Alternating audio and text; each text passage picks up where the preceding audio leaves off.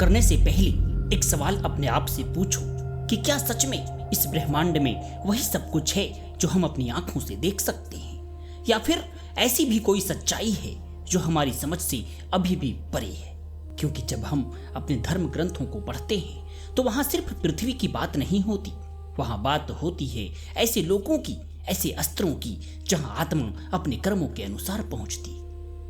आज के इस वीडियो में हम किसी कल्पना की नहीं बल्कि शास्त्रों में वर्णित उस सृष्टि की बात करेंगे जिसका वर्णन मिलता है विष्णु पुराण और भागवत पुराण में, जहां बताया गया है कि इस ब्रह्मांड में कुल 14 लोक हैं। लेकिन ध्यान से सुनना, क्योंकि ये कोई सिंपल कॉन्सेप्ट नहीं है, ये एक ऐसी चीज है जिसे समझने के लिए हमें अपनी सोच को थोड़ा गहरा करना पड़ेगा। सबसे पहले ये समझ लो कि लोक का मतलब क्या होता है। लोक का मतलब सिर्फ कोई जगह या ग्रह नहीं होता, बल्कि ये एक अस्तित्व का स्तर भी हो सकता है जहां अलग अलग प्रकार की चेतना अलग अलग प्रकार का अनुभव करती है। अब आते हैं इन 14 लोकों की तरफ। शास्त्रों के अनुसार इन 14 लोकों को 2 हिस्सों में बांटा गया है, 7 ऊपर के लोक और 7 नीचे के लोक। सबसे पहले बात करते हैं ऊपर के लोकों की। तो ऊपर के लोकों में से सबसे नीचे और हमारे सबसे करीब है भूलोक, यानी हमारी पृथ्वी। यही वो जगह है जहां हम अभी हैं, और शास्त्रों के अनुसार यही सबसे महत्वपूर्ण लोक है, क्योंकि यहीं कर्म होते हैं, यहीं फैसले लिए जाते हैं और यहीं से तय होता है कि आत्मा आगे कहां जाएगी। भूलोक के ऊपर आता है भूर्वलोक। कहा जाता है कि यहाँ सूक्ष्म शक्तियां और पितृ आदि निवास करते हैं। ये वो स्तर है जो हमारी आंखों से दिखाई नहीं देता लेकिन अस्तित्व में माना जाता है।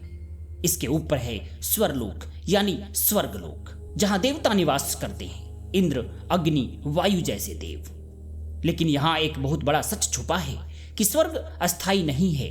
हाँ, यहाँ सुख है, समृद्धि है, लेकिन जब अच्छे कर्म खत्म हो जाते हैं तो आत्मा को वापस नीचे आना पड़ता है। स्वर्ग के ऊपर आता है महरलोक, जहां उच्च कोटि के ऋषि मुनि निवास करते हैं, जो सामान्य जीवन से बहुत ऊपर उठ चुके हैं। फिर आता है जललोक। यहाँ दिव्य आत्माएं रहती हैं जिनकी चेतना बहुत ऊंचे स्तर पर होती है। इसके बाद है तपोलोक, जहां महान तपस्वी गहन साधना में लीन रहते हैं। यहाँ सिर्फ वही पहुंच सकता है जिसने अपने मन और इंद्रियों पर पूरी तरह नियंत्रण पा लिया हो।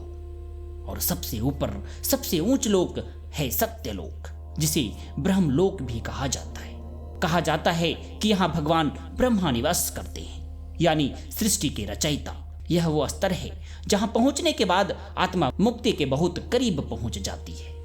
अब बात करते हैं नीचे के लोकों की। भूलोक के नीचे आते हैं 7 अधोलोक, जिसका नाम है अतल, वितल, सुतल, तलातल, महातल, रसातल और पाताल।